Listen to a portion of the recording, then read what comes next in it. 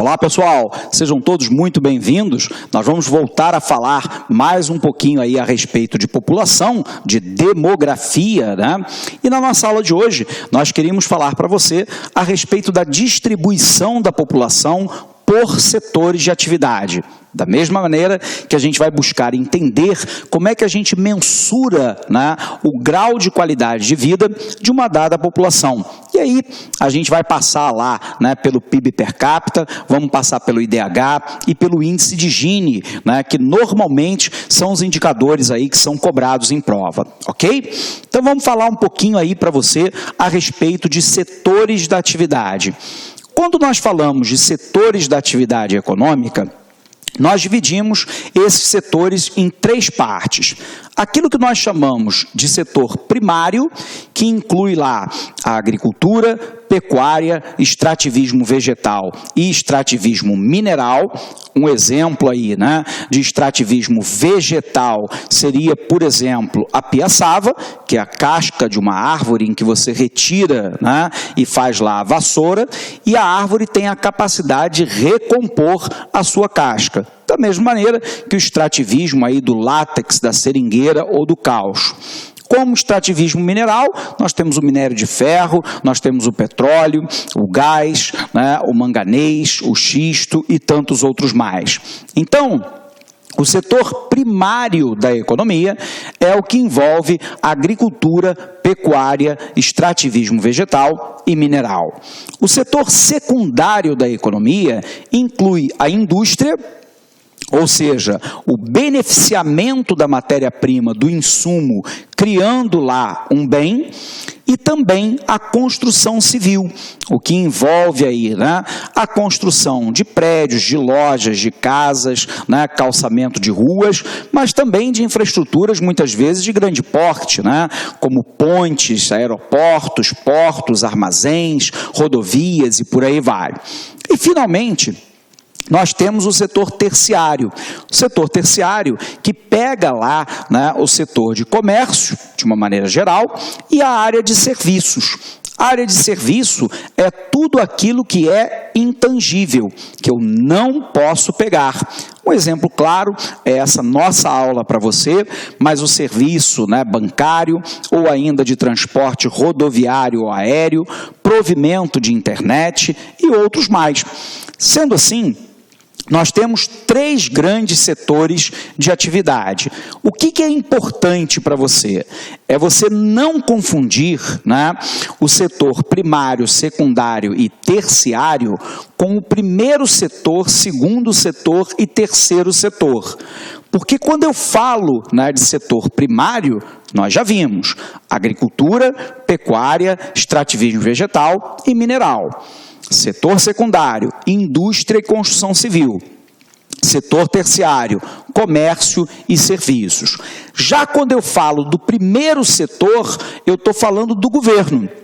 Quando eu falo do segundo setor, eu estou falando das firmas, das empresas.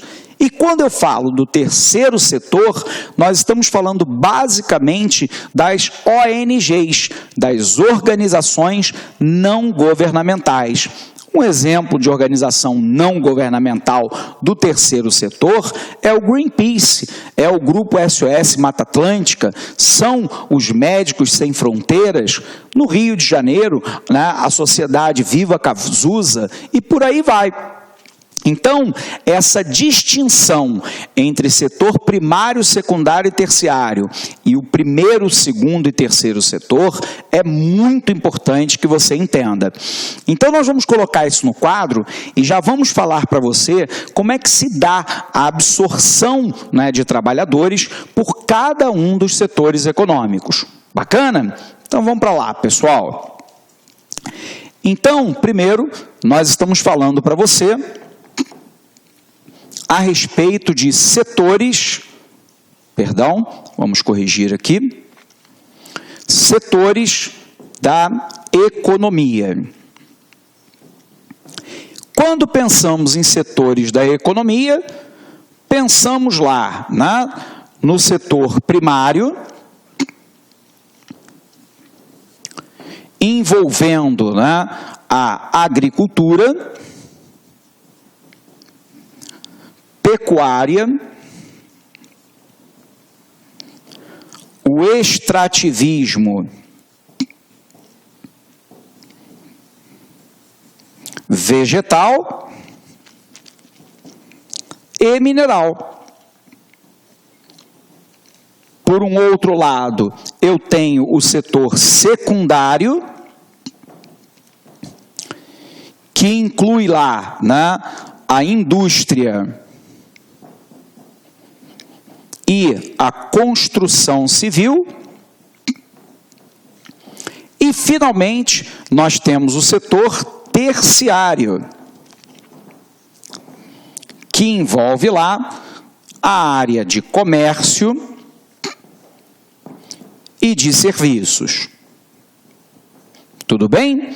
Então, repetindo aí para você, para ver se a gente pegou legal, né? Nós estamos falando sobre os setores na economia e nós temos aí 3 grandes setores, né? Primeiro, o setor primário, que envolve lá a agricultura, pecuária, extrativismo vegetal e mineral. O setor secundário, que pega lá a indústria e a construção civil, e ainda o setor terciário, que pega lá a área de comércio, mas também a área de serviços. Dito isso, a pergunta é: como é que se dá a absorção de mão de obra entre esses vários setores econômicos? Nesse sentido, nós podemos dividir os países em 2 grandes grupos. Aquilo que nós chamamos de países desenvolvidos, a nomenclatura mais adequada seria hoje de países centrais, que são o centro, né, do capitalismo e da riqueza no mundo, e os chamados países semiperiféricos, também conhecidos, né, como países em desenvolvimento, conhecido também como países emergentes, e poderíamos falar ainda dos países periféricos, propriamente ditos, que são os países mais pobres. Via de regra, os países centrais têm diminuído seguidamente a quantidade de população ocupada no setor primário e no setor secundário. E a pergunta é: por quê? Porque a economia desses países, bem como, né, parte da economia dos países emergentes, como o Brasil, vem passando por um processo intenso de mecanização, robotização, informatização e técnicas modernas de gestão que vem permitindo produzir mais com um número menor de trabalhadores. Então vamos dar um exemplo para isso ficar claro. Imagine você uma determinada propriedade rural qualquer, que tinha lá 50 trabalhadores, por exemplo, para fazer a colheita da safra de milho. Imaginemos a hipótese que esse produtor compre 2 tratores que sejam colheitadeiras, né, e que façam a coleta mais rápida e mais eficientemente, portanto, com mais produtividade, do que os 50 trabalhadores. Nós vamos poder observar que nessa condição, nós temos que dos 50 trabalhadores hipotéticos da nossa fazenda, é razoável imaginar que 48 serão demitidos e que vão ficar apenas 2 que serão qualificados, né, como tratoristas de cada uma das máquinas que foram compradas. Então observe que o movimento de mecanização, ele acaba dispensando mão de obra, tudo bem, no setor primário e secundário. Peguemos agora um exemplo do setor secundário. No passado, numa empresa que fabricava automóveis, as soldas, a pintura, né, era quase que toda feita de maneira manual, né? Era um trabalho de seres humanos. Hoje, as principais empresas fabricantes de automóveis do mundo já trabalham com uma linha de montagem altamente robotizada, né? Onde o robô faz boa parte, se não a totalidade das soldas, faz a pintura estrutura dos carros e serve, né, como coadjuvante na colocação das diversas autopeças que será colocada no automóvel. Então, observe que o número de funcionários por linha de montagem, se comparados com o passado, o número de seres humanos diminuiu, porque o número de máquinas aumentou. Você pode observar, então, que o processo de mecanização, de robotização, de informatização, ele vem permitindo uma redução no número de funcionários, sobretudo, embora não de maneira exclusiva, no setor primário e no setor secundário. Por um outro lado, nós temos o que nós chamamos de técnicas modernas de gestão. Uma dessas técnicas é o que nós chamamos de toyotismo, também conhecido como produção flexível, ou ainda como produção just in time, ou seja, no tempo. Nesse modelo de gestão de produção, nós temos um trabalhador multitarefa e, portanto, ele faz várias etapas do processo produtivo. Por um outro lado, nós temos um estoque extremamente enxuto, o que significa dizer que a firma tem uma capacidade de alterar o volume produzido sem que haja grande acúmulo de estoque, né, indesejado. Por um outro lado, né, nós sabemos que esse modelo é um modelo que trabalha com uma ideia de que as cadeias de comando do setor produtivo devem diminuir. Então, em vez da gente ter um sistema de comando na firma verticalizado, da presidência para a diretoria, essa para os supervisores, para a gerência, até chegar no operário, nós temos agora uma relação mais horizontal.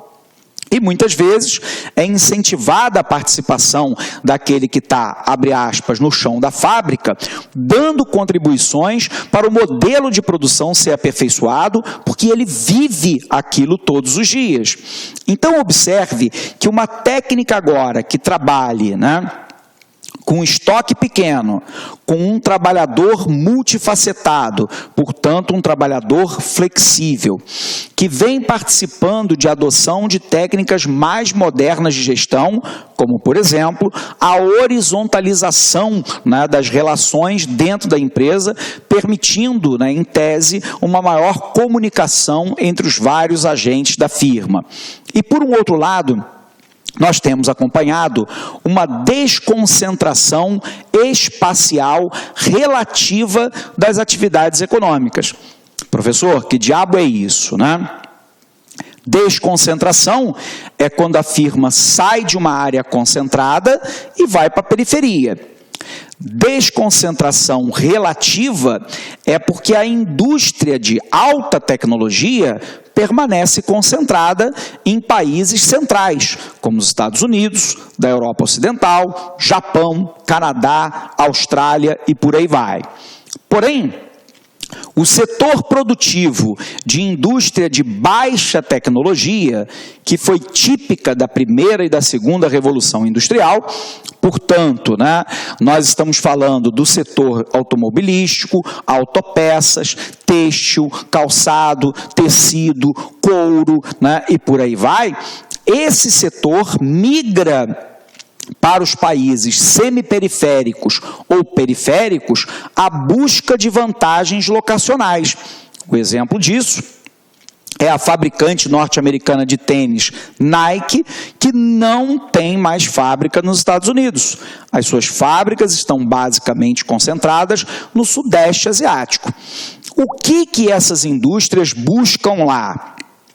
Novo mercado consumidor, baixo custo de mão de obra, sindicatos mais fracos, incentivos fiscais do governo na forma de redução da tributação, construção de infraestrutura por parte de governos locais, né, legislação trabalhista ou ambiental fraca ou inoperante, e por aí vai.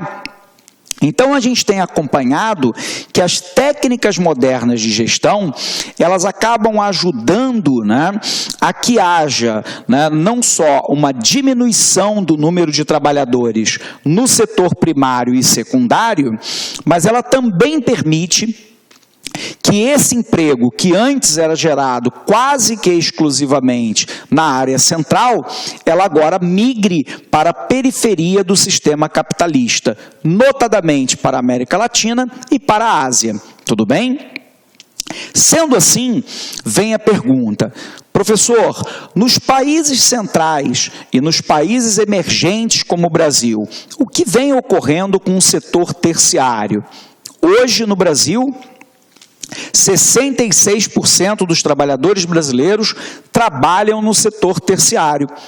Olá, meus amigos! Você que está estudando para o concurso do IBGE, você que quer ficar super competitivo, você que quer continuar assistindo essa super aula do professor Alex Mendes, né? Convido vocês a acessarem o nosso site, laconcurso.com.br, que lá nós temos o curso completaço, de novo, completaço, por apenas 10 mensalidades de R$ 25,00. Exatamente 10 mensalidades de R$ 25,00, você tem um curso completaço, super competitivo, com professores top de linha no site. Então, convido vocês aí a acessarem o nosso site, laconcurso.com.br, e fazer sua matrícula. Você pode se matricular sem medo de ser feliz, porque eu tenho absoluta certeza que você não vai se arrepender. Você sabe por quê? Porque aqui no Lá Concurso a gente faz de tudo para que isso não aconteça. Um forte abraço, fique com Deus e espero vocês.